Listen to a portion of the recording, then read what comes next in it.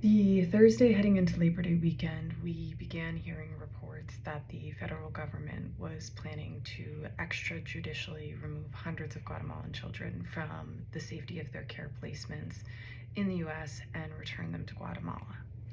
On Friday morning, CNN confirmed those rumors, and in the late hours of Saturday night and early Sunday morning, children were pulled from their beds in shelters and foster care homes and loaded on buses and planes bound for Guatemala.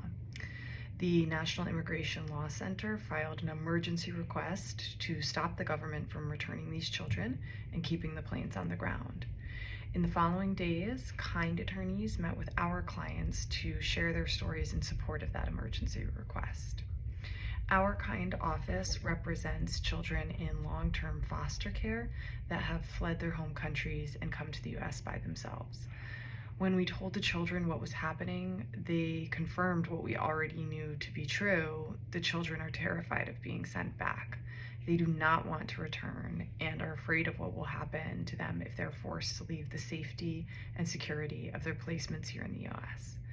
Many of our clients have been victims of human trafficking, have suffered horrific abuse, and fear violence in their home country.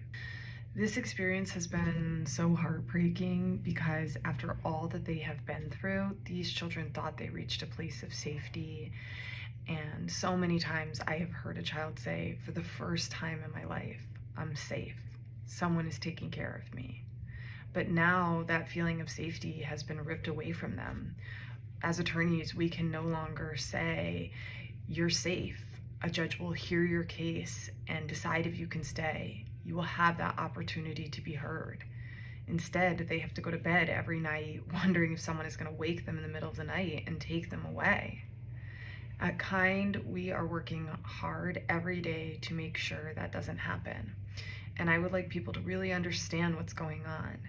If Kind and other organizations like us are not here, there will be no one to represent these children, no one to share their stories, and no one to witness what is being done and making sure it stops.